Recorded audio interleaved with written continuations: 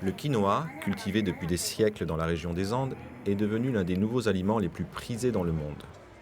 Contenant plus de protéines et moins de glucides que le maïs ou le riz, cette plante de la famille des épinards est maintenant régulièrement au menu des restaurants et dans les magasins bio de nombreux pays. Mais ici, en Bolivie, premier producteur mondial, le quinoa a longtemps été méprisé au profit de céréales importées moins nutritives.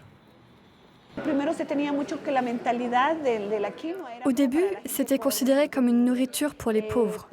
Mais maintenant, je crois qu'on commence à comprendre que le quinoa a beaucoup de qualités.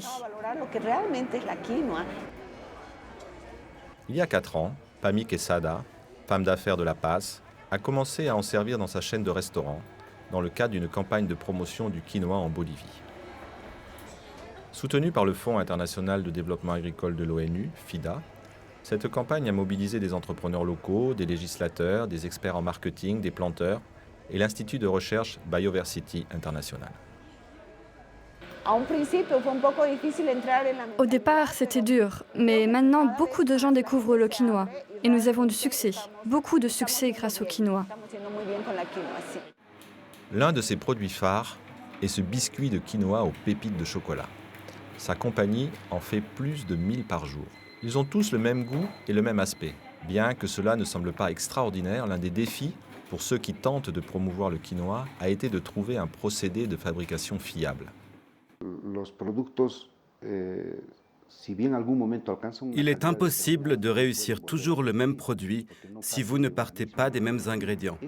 C'est pourquoi il importe de connaître chaque variété de quinoa, puis d'associer l'entreprise qui recherche une certaine variété avec un récoltant qui peut en produire en petite quantité.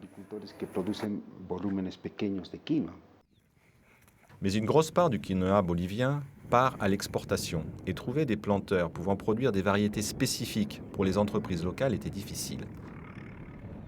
C'est pourquoi des experts sont venus ici, au lac Titicaca, à 3800 mètres au-dessus du niveau de la mer. De petits récoltants comme Elias Vargas et Viviana Herrera cultivent le quinoa depuis longtemps, mais ils ont été écartés du marché d'exportation, car les volumes qu'ils produisaient étaient trop faibles. Maintenant, les experts les aident à identifier chaque variété de quinoa et à forger des liens avec les épiceries, boulangeries et restaurants locaux qui veulent en acheter. Maintenant, tout le monde achète du quinoa. À La Paz, il est vendu sur les marchés. C'est ce qui nous permet d'écouler nos petites récoltes. Et avec l'argent gagné, nous pouvons vivre. Paradoxalement, avec plus d'argent en poche, les familles d'ici commencent à consommer plus d'aliments importés, comme leurs cousins des villes. Mais là aussi, les aider à comprendre les bienfaits nutritionnels du quinoa, ainsi que les diverses manières de le préparer, semble porter ses fruits.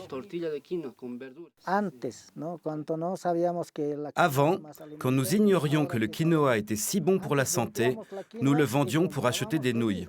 Maintenant que nous le savons, nous n'achetons plus d'autres aliments. Nous nettoyons le quinoa et en faisons de la soupe, des jus, des gâteaux, de tout. On trouve plus de 3000 variétés de quinoa dans les Andes, dont beaucoup peuvent survivre à des températures extrêmes et à de hautes altitudes. Comprendre les nuances entre toutes ces variétés mènera sans aucun doute à une hausse de la consommation et à un avenir meilleur pour ces villageois des Andes.